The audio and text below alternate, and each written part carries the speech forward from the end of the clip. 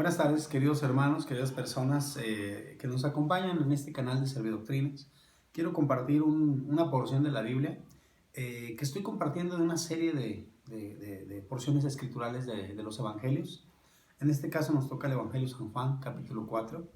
Un evangelio maravilloso, un evangelio muy lindo, que sobre todo se refiere a señales que el Señor Jesucristo hacía. Las señales apuntaban precisamente a un propósito, por eso la palabra señal, porque apuntaba a un propósito, a un objetivo. Y ese propósito que el Señor quería era enseñarle a la nación de Israel la necesidad que el pueblo de Israel tenía de lo que el Señor Jesucristo les podía ofrecer.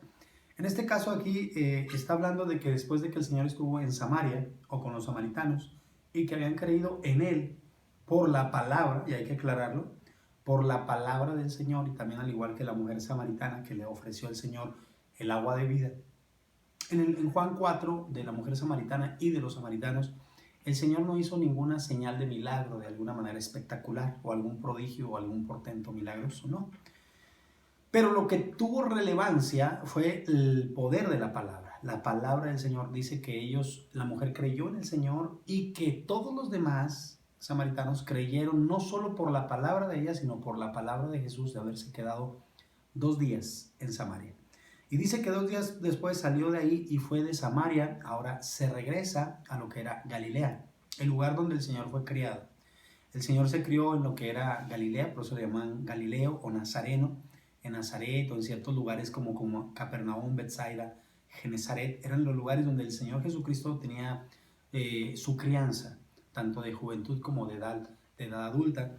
Y dice que Él fue ahí porque Él daba testimonio de que el profeta no era bien recibido u honrado en su propia tierra, es decir, recibía rechazo, recibía desprecio. Nosotros cuando somos personas que somos creyentes y queremos ser de bendición o de impacto a la vida de nuestra propia gente, de nuestra propia parentela, muchas veces no tenemos la honra de vida como nosotros esperamos, el recibimiento. Y el Señor mismo lo tenía el Señor en este caso en lo que era la región de Galilea.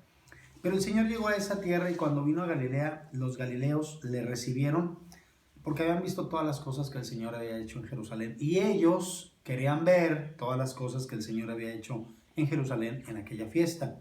Porque también ellos habían ido a la fiesta, habían ido por curiosidad, habían ido por el deseo de mirarlo, por el deseo de ver a un coterráneo en el lugar de la capital del país, que era Jerusalén. Y ellos fueron y trataron de ver lo que el Señor iba a hacer. Vino el Señor otra vez, pues, Jesús a Caná de Galilea, donde había convertido el agua en vino, y había en Capernaum un oficial del rey cuyo hijo estaba enfermo. Fíjese bien, querido hermano, qué linda es la palabra de Dios y es tan sólida, tan edificante. Dice la Biblia que ellos llegaron a un lugar que se llamaba, el Señor había hecho un milagro, una señal, ahí sí es una señal, que era en Caná de Galilea. Caná de Galilea significa el lugar de los juncos, el lugar de la debilidad, el lugar de las cañas débiles. Y en cierta manera el Señor quería enseñar un principio. Así es como se encuentra la humanidad, el hombre, las personas sin Cristo.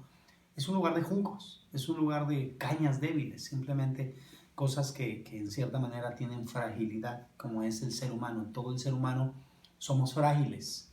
No hay ser humano que no sea frágil, no hay ser humano que no se quiebre, mi querido hermano, querida persona, ante la adversidad, ante la enfermedad.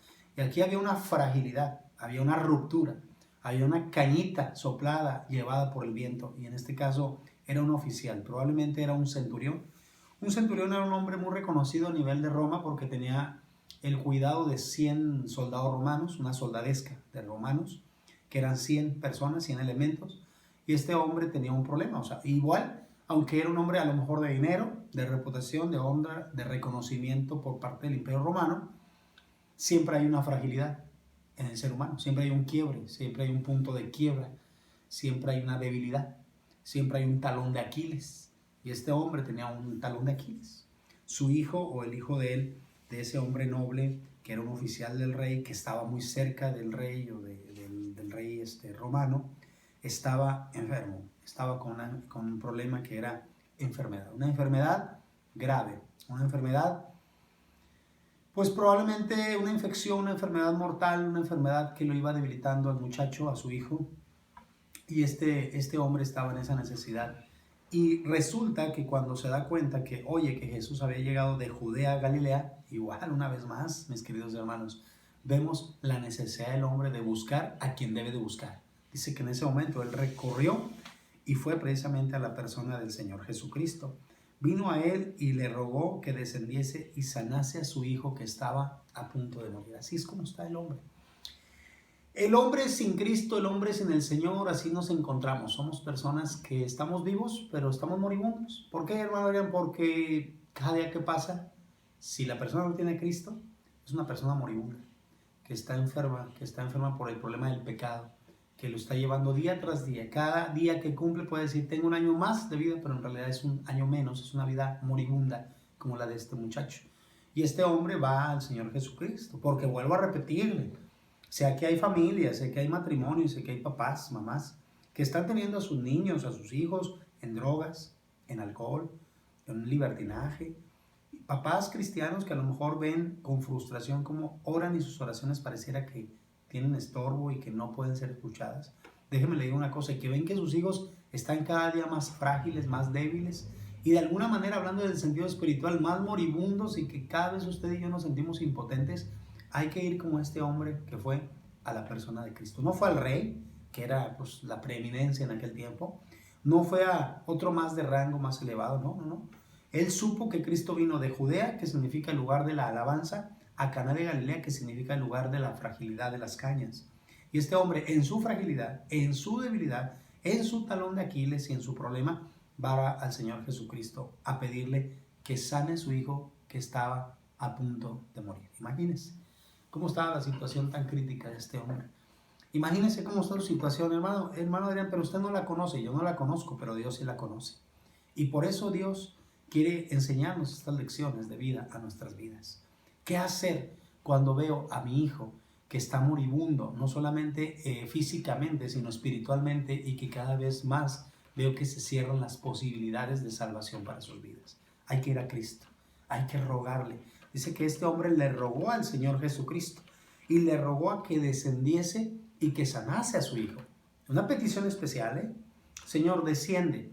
Entonces estaba en un lugar, llegó a Galilea y de alguna manera tenían que descender una planicie y tenían que llegar a la casa donde era ese oficial.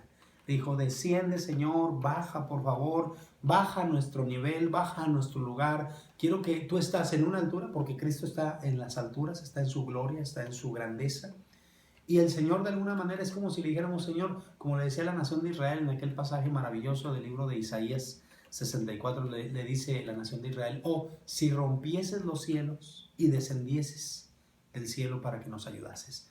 Es una manera en como el Hijo del Noble le está diciendo al Señor, Señor, desciende de lo alto en que tú estás al lugar en donde nos encontramos. Es decir, dígnate de bajar hasta la situación precaria, dura, débil, difícil, frágil en la que nosotros, mi hijo se está muriendo, Señor, desciende por favor.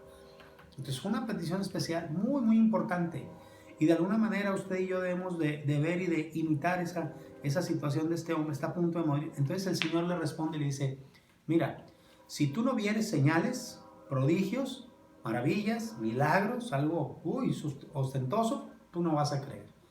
La mayoría de la gente, querida persona, está como el discípulo Tomás, hasta no ver, no creer. Porque la gente quiere ver las cosas tangibles, quiere ver las cosas objetables, palpables, sólidas.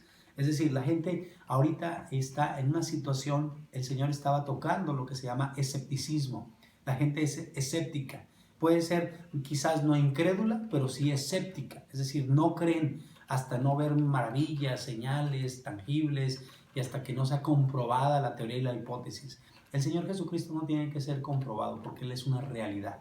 El Señor Jesucristo es algo que es tangible, es real, es algo que usted dirá, hermano, pero yo no lo veo, pero existe. Pero yo no lo miro, pero es real. Y la palabra de Dios nos enseña que el Señor Jesucristo le dijo eso.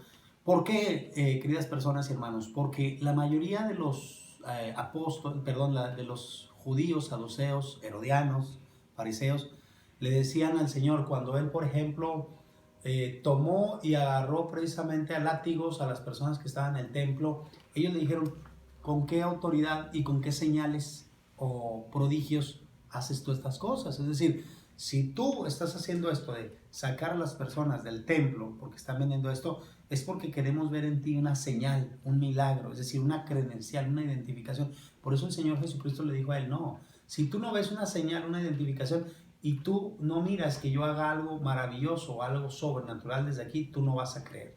Este hombre no le importaban las señales, ni las maravillas, ni lo visible, ni lo espectacular. Este hombre tenía un ingrediente, querida persona, que sigo apuntando y que sigo anotando durante todas estas enseñanzas, y se llama fe. La salvación, el perdón de pecados, la vida eterna, si hay un ingrediente básico para obtener la salvación, es la fe. Eso es lo que Dios pide. La fe es la certeza de lo que se espera, la convicción de lo que no se ve. El hombre le dijo, Señor, desciende antes que mi hijo muera. Fíjese bien, el Señor le dice, si tú no ves maravillas, señales y prodigios, tú no me vas a creer. El Señor le dijo, el oficial le dice, Señor, sí te creo a ti, no necesito ver señales, no necesito ver maravillas, no necesito ver milagros. Tú ven y desciende y vamos porque urge, es urgente la necesidad. Querida persona y amigo, déjeme le digo, usted y yo que tenemos hijos y que nuestros hijos no están en el camino del Señor y que están como este hijo del oficial del rey, que cada día que pasa están más moribundos, que cada día que pasa están más desviados, que cada día que usted los ve están más corrompidos. Déjeme le digo una cosa, uno tiene que tener la urgente necesidad de decirle al Señor, Señor, urge, desciende y ven. Tócale a mi hijo su corazón, tócale su situación en la que se encuentra. Ayúdalo, Señor, que está hundido, que si tú lo dejas solo a él en su situación y en su pecado, él se muere, Señor, sin Cristo y sin salvación. Pero en este caso, este hombre está pidiendo por una sanidad física.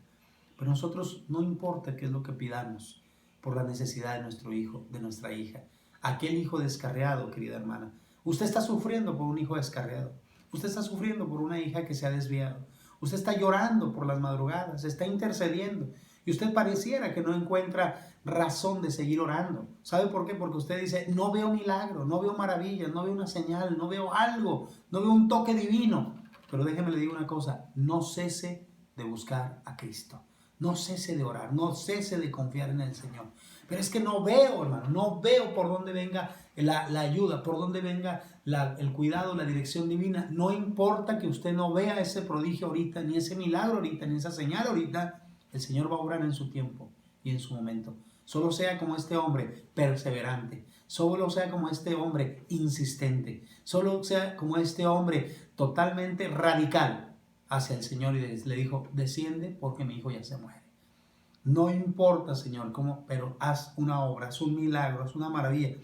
El oficial del rey se lo dijo y Jesús le dijo, fíjese, al ver la fe en ese hombre, le dijo, ve, tu hijo vive. Esa fue la palabra que Cristo dijo a las 7 de la tarde, por decir así. Ve, no voy a descender contigo, yo voy a hacer el milagro a distancia. Fíjese bien, querido hermano y querida persona, Cristo tiene poder de hacer el milagro a distancia. Él le dijo, no voy a descender, no voy a bajar, como mucha gente estaba acostumbrada de que Cristo tocaba a los enfermos, a los endemoniados, a los que estaban paralíticos, y al tocarlos, ellos se sanaban. Cristo dijo, no, voy a hacer algo diferente, algo sobrenatural, algo nunca antes visto. Voy a hacer un milagro a distancia. ¿A cuántos kilómetros está a distancia tu hijo? ¿20, 50, 100 kilómetros? Para bajar en esa planicie, no importa, no voy a bajar. Solo ve y tu hijo ya está sano. Fíjese qué maravilla es la palabra del Señor Jesucristo. Milagro a distancia. No necesitaba el Señor llegar ahí, ni tocarlo, ni hablarle, ni decir la palabra. Solo dijo a su padre la palabra a 10, 15, 20, 100, 200 kilómetros y le dijo, tu hijo vive. Ya se le acabó su enfermedad, ya está sano, ya está restaurado, ya está curado. Solo cree y dice que en ese momento, en el ipso facto, significa rápidamente, instantáneamente, el hombre creyó la palabra de Jesús. Eso es todo. Para ser salvo, querida persona, lo único que se necesita es creer la palabra de Dios. Cree en el Señor Jesucristo y serás salvo tú y tu casa. Para ser salvo se necesita creer, no ver milagros espectaculares, maravillas, señales, prodigios. La palabra que Jesús le dijo y se fue. Así de sencillo. El Señor siguió su camino, este hombre siguió el suyo y descendió el hombre solo, sin la presencia ni la persona de Cristo, pero con la palabra de Cristo a su favor, con fe. Si usted y yo, querido hermano, querida persona, tenemos la palabra de Cristo a nuestro favor, es ganancia. Tenemos todo, porque la palabra de Cristo tiene poder y la palabra de Cristo es suficiente. Y dice la palabra del Señor que cuando ya Él descendía o cuando Él ya iba llegando, los siervos salieron a recibirle y ¿qué cree que le dijeron? Le dijeron las buenas nuevas y le dijeron, tu hijo vive. Oh, qué palabras tan hermosas. Tu hijo vive. Fíjese, querida persona, usted algún día va a escuchar esa palabra. Tu hijo vive, tu hija vive. Tu hijo tiene la vida de Cristo, la vida del Señor, la vida de arriba, la vida de lo alto. Es lo que importa, nacer de arriba, nacer de lo alto, tener la vida espiritual, tener la vida eterna. Tu hijo vive. En este caso fue un milagro de sanidad física. Salieron, él venía bajando tranquilo, con fe, con confianza, con seguridad. Y cuando viene bajando, todos sus criados salen de la casa, se dirigen a él y le dieron la buena noticia, la buena nueva. Y le dijeron, tu hijo está vivo. Qué bendición tan grande él recibió en ese momento. Y entonces él solo les preguntó nada más para corroborar el poder de la palabra de Jesús y el poder que tiene el Señor. Y le dijo, ¿a qué horas comenzó a mejorar? ¿A qué horas empezó a sanar mi hijo? ¿En qué horario? Díganme cuál fue el momento. Y ellos le dijeron, ayer a las 7 le dejó la fiebre. Este muchacho estaba ardiendo en temperatura. Estaba con una gran infección. Estaba probablemente ardiendo de alguna enfermedad grave, mortal, algún cáncer que lo quemaba por dentro, que lo estaba cercenando. Y le dijeron, ayer él ardía de fiebre, él ardía en sus manos, en su cuerpo, pero en el momento que eran las 7 de la tarde pareciera que algo, un influjo poderoso entró en su cuerpo y él quedó completamente sanado.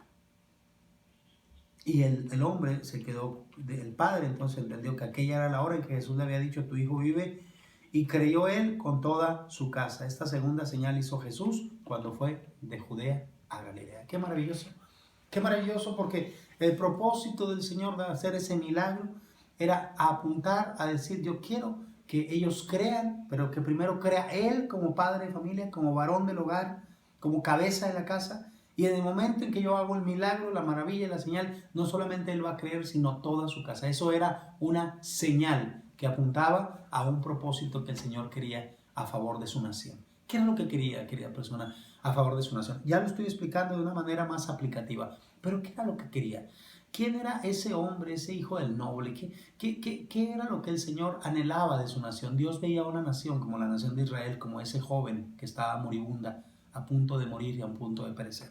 Pero el único que tiene el poder para restaurar una nación y a su propio pueblo se llama Jesucristo. Pero que de alguna manera otros tienen que venir al Señor y pedirle, Señor, intercede, por favor, ayuda, bendice, cuida, sana, salva, restaura a esa nación que está moribunda, a esas personas que están acabadas, a esas personas frágiles. Y déjeme le digo una cosa, ¿cuál es el propósito del Señor hacer señales, milagros, maravillas? ¿Qué es lo que Dios desea, querida persona, de usted y de mí? ¿Qué pide el Señor de nuestras vidas? ¿Sabe qué es lo que Dios anhela? Cuando Dios hace algo a favor de nosotros, que creamos. Pero no solo que creamos con una confianza de los milagros, de que Cristo es un sanador, un restaurador, alguien que hace milagros, un prodigioso. No, lo que quiere Cristo es que creamos para salvación, para vida eterna, para encontrar la reconciliación con Dios a través de la persona y de la obra de nuestro Señor Jesucristo. Que creamos nosotros y toda nuestra casa. Dios los bendiga, los esperamos con un like en Servidoctrinas. Gracias por su atención. Bendiciones. Adelante con el Señor Jesucristo.